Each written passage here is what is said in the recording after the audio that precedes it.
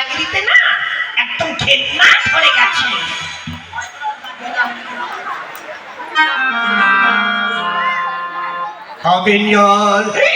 সর্বনাশ করেছে রে, হঠাৎ গুলোর বিশ্বামিত্র মনে চলে গেছে। হ্যাঁ, পুঁথিপত্রগুলো কোথায়? ধরতেই না, আর খুঁজতে পারি না, পুঁথিপত্র খুঁজে পাই না। কাজ করি, এই খরম জায়গা উত্তরেতে জড়িয়ে পুঁথি করে ধানে বসে যায়।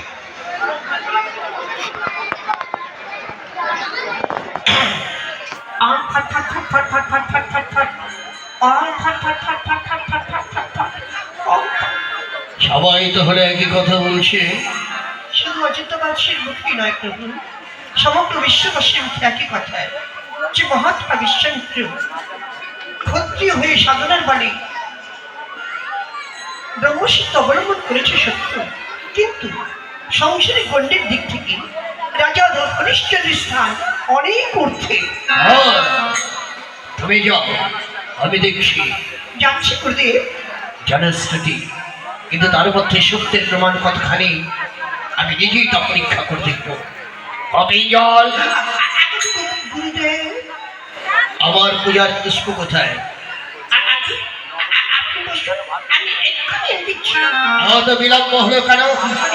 ইষ্টদেবের ধ্যান করতে করতে এই বাহ্যজ্ঞান হারিয়ে ফেলেছিলাম প্রভু। আপনি বসে, আমি এলাম বলে। নিতান্ত অল্প বুদ্ধি সে, কিন্তু সে গুণী। ইষ্টদেবের ধ্যান করতে করতে বাহ্যজ্ঞান হারিয়ে ফেলে, কিন্তু আমি তো পারি না। চিন্তায় চিন্তায় আমাকে নিয়ে যায় কোন এক অজানা রাজ্যের উদ্দেশ্যে। কি পুঁথিপত্রগুলো সব এখানেই পড়ে আছে, তাহলে উত্তরিতে যাবো না।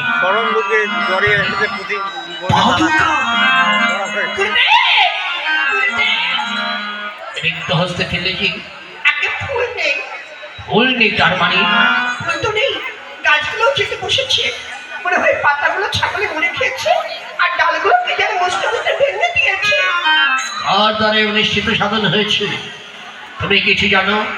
আমি কেমন করে জানি গুরুদেব? তবে আমি তো এখানে বসে বসে পুঁথি পাঠ করছিলাম। পুঁথি? পুঁথি কি তোমার এই পাদুকা? কাণ্ডব জান শূন্য মূর্খ।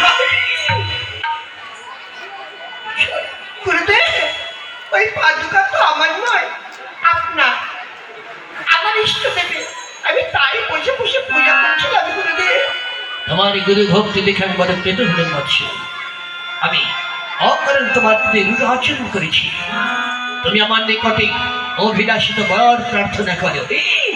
খাসা চাল তেলুচ্ছি, মুড়ি ঠাকুর গুলে একটা জল হয়ে গেছে। এই গুরুদেব, চাই বরাবর তেমন কিছু নেই, তবে যে পশু প্রভুর পূজার পুষ্প নষ্ট করেছে তার কৃতকর্মের জন্য যোগ্য শাস্তি দিতে পারলে তাতে আমি কৃতার্থ হব গুরুদেব। তুমি কিছু অনুমান করতে পারো কার দ্বারা এই অনুষ্ঠিত সাধন হয়েছে? আমি কেমন করে বলবো গুরুদেব? তবে শুনেছি অদূরে রাজা হরিশ্চন্দ্রের ছাউনি, তিনি নাকি এই বনে শিকার এসেছেন, কিন্তু প্রকৃতপক্ষে তিনি যে অপরাধী তা কেমন করে বলে গুরুদেব? যেখানে যাই সেখানে শুধু একটি নাম, হরিশ্চন্দ্র, হরিশ্চন্দ্র, হরিশ্চন্দ্র। অবিঞ্জল, আমার এই কমণ্ডলের বাড়ি মন্তব্য করে দিলাম। সমস্ত পুষ্পন্তনে তুমি সঞ্চয় করে দাও। আমার বিনা অনুমতিতে যে আমার পুষ্পন্তন হতে পুষ্প উচ্চাটন করবে, লতা পাশে সে বন্দী হয়ে থাকবে। তাহলে চোর মহাশয় মুক্তির পায়? আমি ভিন্ন মুক্তির পথের রুদ্ধ। তবে পৃথিবীর শ্রেষ্ঠ দানবীর তার সুপার্জিত পুণ্যের অর্ধেক দান করলে তবেই মুক্তি পাবে, অন্যথায় মুক্তির পথ চিররুদ্ধ। আমি এক্ষুনি যাচ্ছি, ওই চোর মাসের ভিড়ে পিটি ভাঙাবার ব্যবস্থাটা করে আসি। জনশ্রুতি, কিন্তু তার মধ্যে সত্যের প্রমাণ কতখানি সেটা পরীক্ষা করবার জন্য এটাই হবে হরিশ্চন্দ্রের প্রথম সূচনা। জয় নিত্য আয় সমাচার মজা দেখা, মিথ্যা নিরঞ্জন আয় সমাচার মজা দেখা, বিঘ্ন বিনাশন আয় সমাচার এবার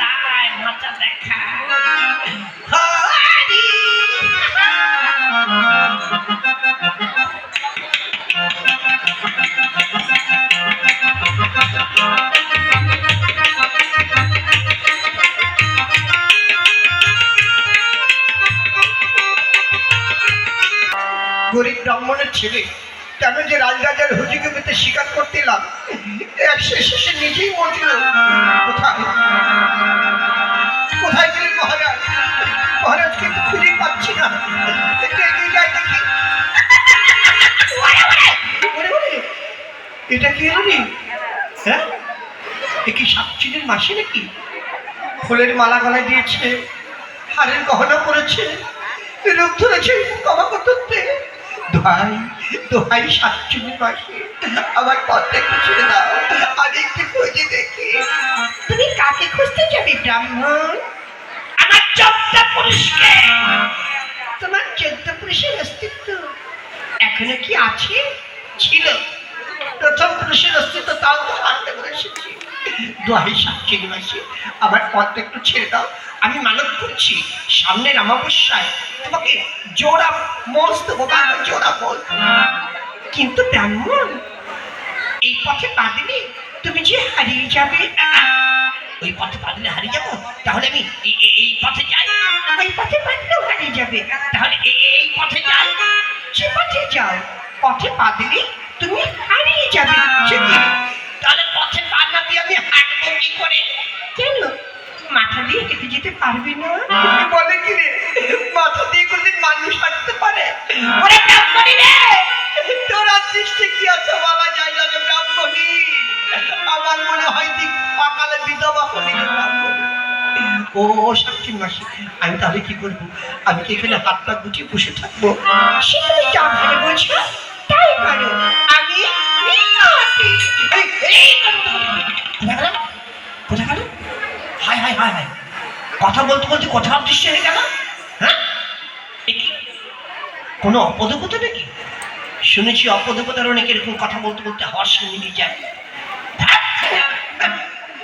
ব্রাহ্মণের ছেলে, গায়ত্রী মন্ত্র থানকে থান জানা আছে, বেগদিক দেখলে এক থাকছে শুরু করবে।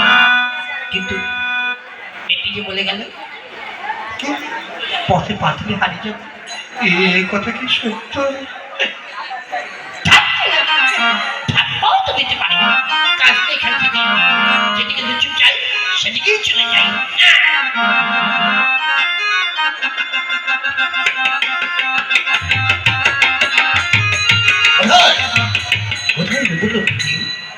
স্ত্রীর লক্ষ্য করিনি সব, লক্ষ্য ভ্রষ্ট হলো তবু মন।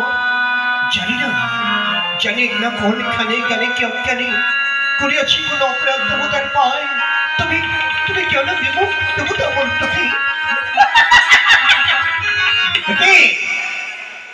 লক্ষ্য ভ্রষ্ট দেখি মোর কার এই বিদ্রুপে তীব্র হাসি।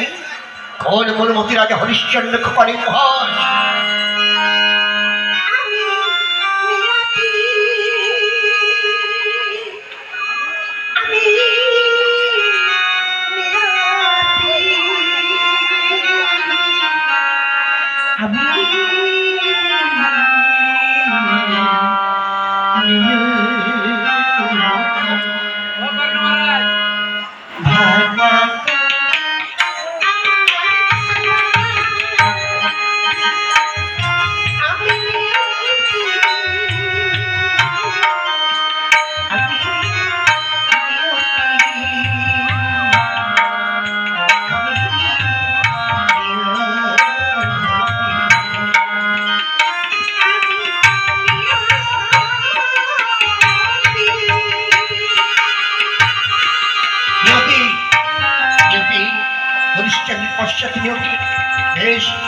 দেখবো এই জীবন সংগ্রামে কে জি হয়, তুই না আমি।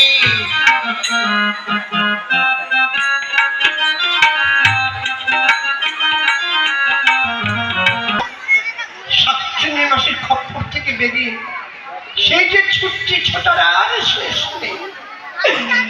একবার দৌড়তে দৌড়তে পা দুটো আড়ষ্ট হয়ে গেছে। এখন এখন আমি সাতচিনের মাসের খপ্পরে পড়ি আর হারিয়ে যাই। পা দুটোকে অন্তত আবার একটু বিশ্রাম দিতেই হলো। এখানে বসে একটু বিশ্রাম করি।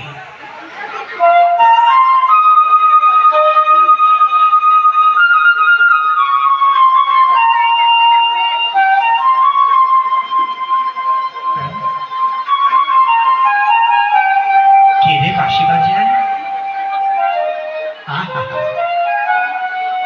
কি সুন্দর ফুল ফুলে হাওয়া,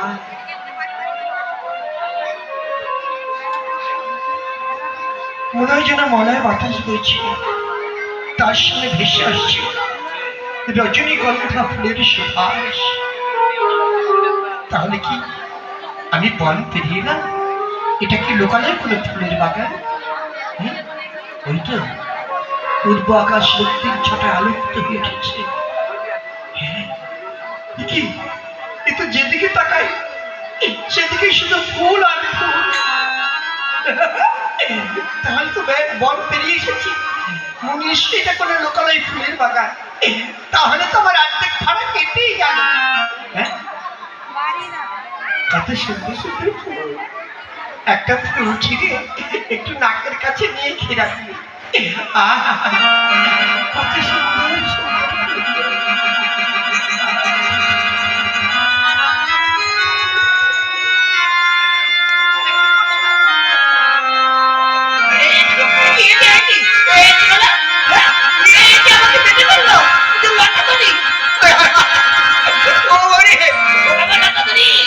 আমি কোনো অপরাধ করিনি রে বাবা। আমি গরিব ব্রাহ্মণ, আমি কোনো অপরাধ করিনি বাবা। যত বলছি ততই কষে পাচ্ছে। কি করছো বন্ধু? আমাকে বাঁচাও, আমাকে বাঁচাও।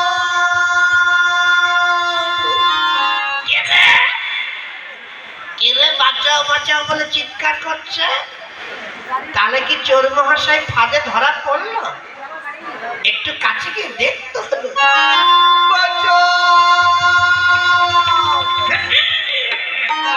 এই যে বন্ধু, আজ কেমন লাগে? কে তুমি ভাই? দয়া করে আমার বাঁধনটা একটু খুলে দাও না। তা দেবো না? কত বড় শুভানু তাই তুমি? নিত্য নিত্য ফুল ছেঁড়ার মজা আজ ভালো করে বোঝো। তুমি কি বলছো ভাই? নিত্য নিত্য কি বলছো? আমি তো জীবনে কোনোদিনই পথে আসিনি। রাজরাজার হুজুগিতে এই প্রথম এখানে আসলাম, এসে দেখি নিজে একদম মজে গেলাম। এখনো মনে হয় সে শাকচুনির মাসির ভাড়া কাটেনি। আরে ভাই, তুমি কি আবল তাবল কথা বলছো? তোমার কথার আগামাথা কিছুই বুঝতে পারছি না। আরে ভাই, আমার নিজের কথা নিজেই বুঝতে পারছি না, তো তোমাকে বুঝাবো কি করে বলো? তাহলে কি চোর না?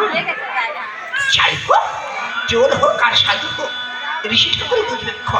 আমি কোথাকার কোন হরিদাস? আর একটু কষ্ট করে থাকো বন্ধু, আমি আমার গুরুদেবের জন্য কয়টা ফুল তুলে নিয়ে তারপর গুরুদেবকে সংবাদ দিই। তিনি এসে যা ভালো বুঝবেন তাই করবেন। জয়নী তুমি রঞ্জন সত্য সোনা লবিনা সোনা হরি হরি হরি হরি। এখন আমি কি করি? ওই যে আমার তো বেঁধে ফেললো। ওরে বাবা লতা জানি রে, তোর কি আপন পরে জ্ঞান নেই রে বাবা? ওরা আমি যে বিশ্বামিত্র ঠাকুরের চালা কপিঞ্জন। তোমার আবার কি হলো বন্ধু? এই তুমি থামো, আমি যে কথা বললাম না, এখন আমার মেজাজ ঠিক নেই। উপায় একটা ঠাউরাও বন্ধু, তা না হলে যে প্রাণ গেল। উপায়? এই উপায়ের বাইরে ঋষি ঠাকুর ভিন্ন কেউ এই বন্ধন মুক্ত করতে পারবে না। বলো কি ভাইয়া, এমন কোন উপায় নেই?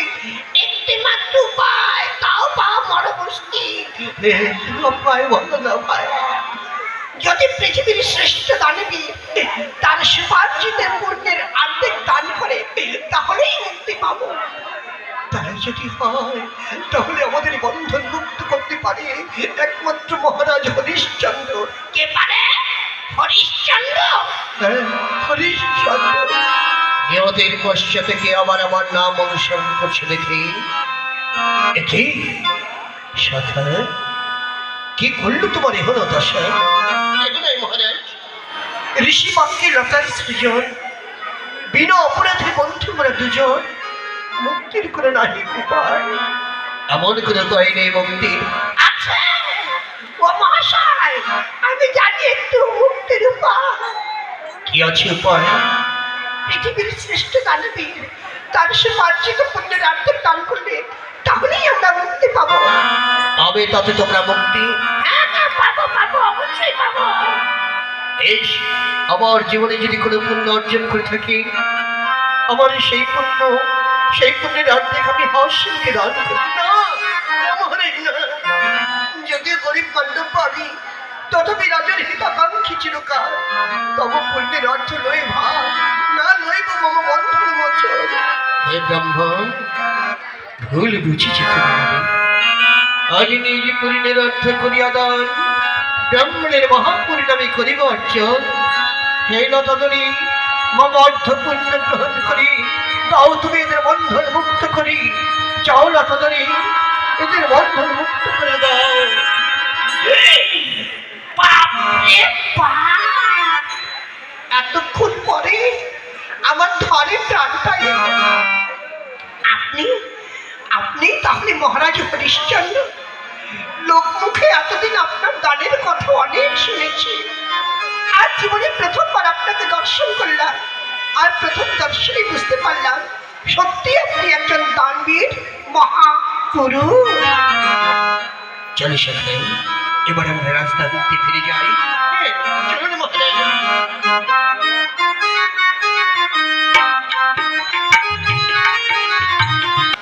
প্রকৃত চর্চে সে ধরা পড়লো না, ধরা পড়লাম আমি আর সে বেচারা মান্ডব্য। তোমার সঙ্গে যে অপরাধী নয়, তা তুমি কেমন করে বুঝলেন? সে রাজভক্ত মান্ডব্যকে তেমন হীন প্রকৃতির মানুষ বলে মনে হলো না গুরুদেব। তারপর পুষ্পটা যতই আমার চোখের সামনে ভেসে উঠতে লাগলো, আতঙ্কে বুকের মধ্যে কেমন করতে লাগলো গুরুদেব। আতঙ্কের কারণ? কারণ প্রভুর কার্য অবহেলা। যদিও অবহেলা আমার ইচ্ছাকৃত নয়, তথাপি মনে হতে লাগলো এর জন্য আমি নিজেই অপরাধী। তোমার গুরু ভক্তি দেখে আমি বড় প্রীত হলে।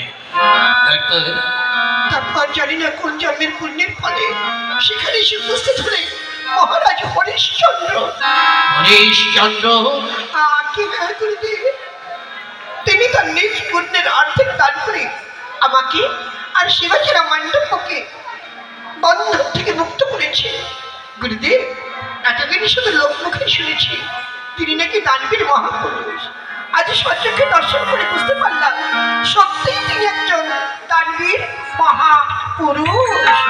মহাপুরুষ, মহাপুরুষ, মহাপুরুষ। অগাধ ঐশ্বর্যের মালিক হয়ে নিজেকে দাতা বলে প্রশংসা করা খুবই সহজ। আমি পরীক্ষা করব যা ধারণ অতীত, কল্পনা অতীত। জল গুরুদেব, না থাক, আমি একাই যাব। কোথায়? অযোধ্যায়। প্রয়োজনের কথা কিছু জানতে পারি? প্রয়োজন আমার পরীক্ষা। আপনি কিসের পরীক্ষা? গুরুদেব, মনে রেখো, আমি গুরু, তুমি শিষ্য। কথায় কথায় গুরুকে প্রশ্ন করা শিষ্যের পক্ষে ন্যায় সংযত নয় মূর্খ। বাপরে বাপ, এবারে যেন কেউটে সামনে। আজ আমি অযোধ্যায় গমন করব। গুরুদেব, আমি কৌতূহল দমন করতে না পারে প্রশ্ন করে বড় অন্যায় করেছি, আপনি আমাকে ক্ষমা করুন গুরুদেব। একটি কথা মনে রেখো, গৃহত্যাগী সন্ন্যাসী কৌতূহল দমন করা এটাও একটি সাধনা।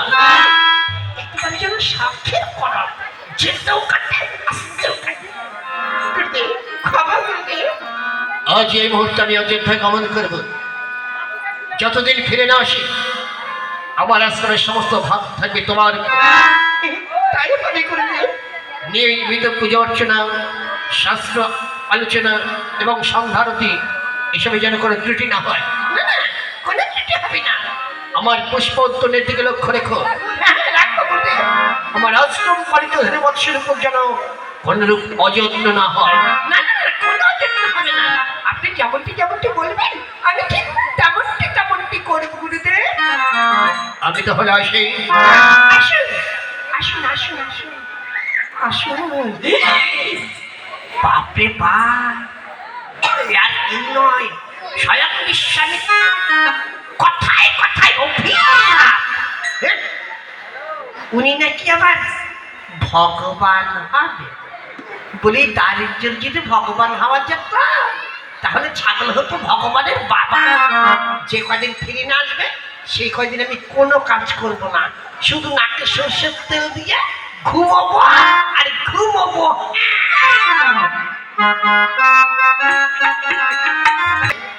আমার চোখের সামনে ভেসে উঠতে লাগলো মোহরে মোহরে কষ্টের ছবি। মনে হয় কি যেন অযোধ্যার মুখে তাণ্ডব নৃত্য শুরু করেছে। কি এরকম দৃশ্য তো কোনদিন দেখিনি। কে তুমি ভায়া? অযোধ্যার মুখে তাণ্ডব নৃত্য শুরু করেছো। তুমি কে? কে তুমি? ভেঙে গেছে কপাল তোমার, উড়ে গেছে আশার আশা। ভেঙে গেছে কপাল তোমার, উড়ে গেছে আশার আশা।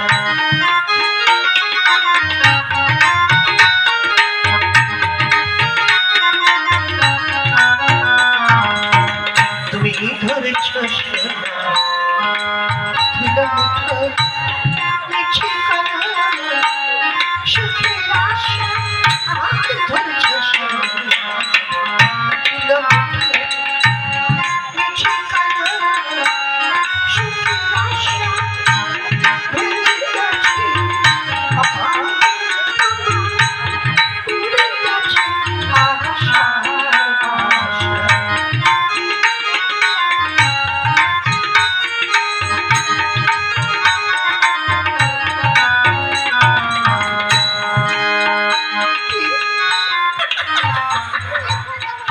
কি তুমি নারী? আমায় তুমি চিনতে পারবে না, চিনিয়ে দিলেও চিনতে পারবে না, কিন্তু আমি আমি তোমাকে চিনি। সেটা তুমি জানো, এই যে তোমার স্বামী এত বড় যে ঘোমরা চোখা রাজা, তিনিও কিন্তু অচেনা নন। তুমি বুঝি আশ্চর্য হচ্ছে? চতুর্দিকে করা প্রহরা, তাদের চোখে ফাঁকি দিয়ে তুমি অন্তঃপুরে প্রবেশ করলে কি করে? এটা একটা আশ্চর্যের বিষয় জানো। কারণ আমি যেখানে যাবো মনে করি আমাকে কেউ আটকে রাখতে পারে না। তাহলে কি তুমি কোনো জাদুকারী? কেউ বলে জাদুকারী, কেউ বলে শুভকারী, আবার কেউ বলে মোহকারী, কিন্তু আমি যে কি তা কেউ জানে না। আমি দেখছি তুমি একটি প্রহেলিকা।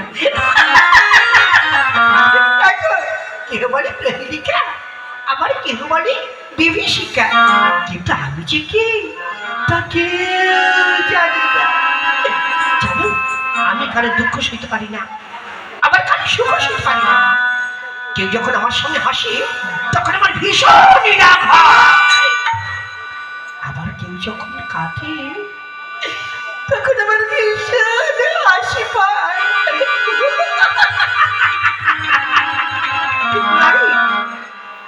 বলছি দেখো, একটা বট গাছ মাথা উঁচু করে দাঁড়িয়ে আছে না, আমার ইচ্ছে করছে প্রচন্ড একটা কাল বৈশাখী ঝড়ে ওই গাছটাকে মাটির সঙ্গে মিশিয়ে দিই। আকাশে মেঘ জমেছিল, ওই মেঘটা অল্প হাওয়ায় উড়ে চলে যেতে পারে, এমন ওই মেঘটা মহাপ্রলয়ের সৃষ্টি করে এই পৃথিবীটাকে অসহায় তলে দিতে পারে। তাই সাবধান, তোমাদের ভাগ্য আকাশে মেঘ জমেছে।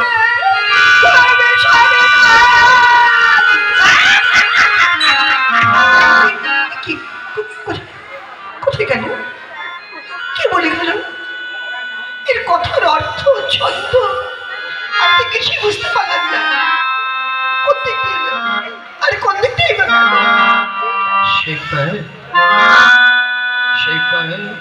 মহারাজ আসেন মহারাজ। আপনার এমন মনের বদন কেন মহারাজ? কালিমার ছায়া হেরি নয়নের করে না নাকি পড়া উদাস অলস দৃষ্টি, মনে হয় চিন্তা হতে প্রান্ত চিরতরে রয়েছে। কি হয়েছে মহারাজ? বলিবে আমারে? না থাক, তোমায় বলে কাজে নেই। তার কারণ তুমি যে দুর্বলা রমণী, অল্প আঘাতে হয়তো তুমি ভেঙে পড়বে। মহারাজ, রমণী হলো আমি বীরাঙ্গনা, বীর কিশোরী, রাজা ধীরাজ মহারাজ হরিশ্চন্দ্রের অর্থাঙ্গিনী, তার জীবনের সঙ্গিনী, জীবন মরণের সঙ্গিনী। আমি যদি সেটা না পারবো তাহলে কি পারবে? কি হয়েছে বলেন মহারাজ। সেবার আমি যেন দিব্য চোখে দেখতে পাচ্ছি আমাদের ভাগ্য আকাশে মেঘ ঘনীভূত হয়ে আসছে, জীবন নদীর উত্তল তরঙ্গ মাঝে আমাদের জীবন তরে বুঝি ডুবে যাবে। সেবার আমাদের তরে বুঝি ডুবে যাবে। মহারাজ, মহারাজ, এই একটু আগে এখন মাঠ এসে আমাকে ঠিক এইরকম আশ্বাস দিয়ে গেছে মহারাজ। কি বললি? তুমি দেখেছো? তুমি তাকে দেখেছো? শেখা শেখা সে উন্মাদিনী নয়, শেখা সে উন্মাদিনী নয়, সে জীবের ভাগ্য বিদায়িনী। দুর্বার নিয়তি, দুর্বার নিয়তির সঙ্গে জীবন সংগ্রামের জন্য তুমি প্রস্তুত হয়ে থাকো। শেখা মহারাজ, কে ভেতরে আসে। মহারাজ, রাজসময় এক ঋষি আপনার দর্শন প্রার্থী। এক ঋষি আমার দর্শন প্রার্থী? হ্যাঁ মহারাজ। শুনেছ কি চাইছি? হ্যাঁ মহারাজ, কিছুই বলে নাই সে। বলিবার যাহা বলিবে সে রাজার সকাশে। বেশ, আপনি যান, আমি এক্ষুনি আসছি। যথাদেশ মহারাজ। শুনেছ? শুনেছি শেখা, রাজসভায় এক ঋষি আমার দর্শন প্রার্থী। আমি জানি না শেখা, আমি জানি না কি ঋষি আর কি উদ্দেশ্যে এসেছে আমার অযোধ্যা ভবন। তবে আমার কি মনে হয় জানো, ওই দুর্বার নিয়তির কুচক্রি এই বুঝি তার প্রথম সূচনা। তাই প্রস্তুত হয়ে যাবো জীবন সংগ্রামের জন্য। তুমি প্রস্তুত হয়ে থাকো। নারায়ণ, ওকে বিঘ্ন বিনাশন করি, তব নাম স্মরণ করে রয়েছে মোরা দান ব্রত। তবে শুভ কর্মে কেন এত বিঘ্ন প্রভু? শান্তি হারা স্বামীর প্রাণে শান্তি নিদাও নারায়ণ, তুমি শান্তি নিদাও, শান্তি নিদাও।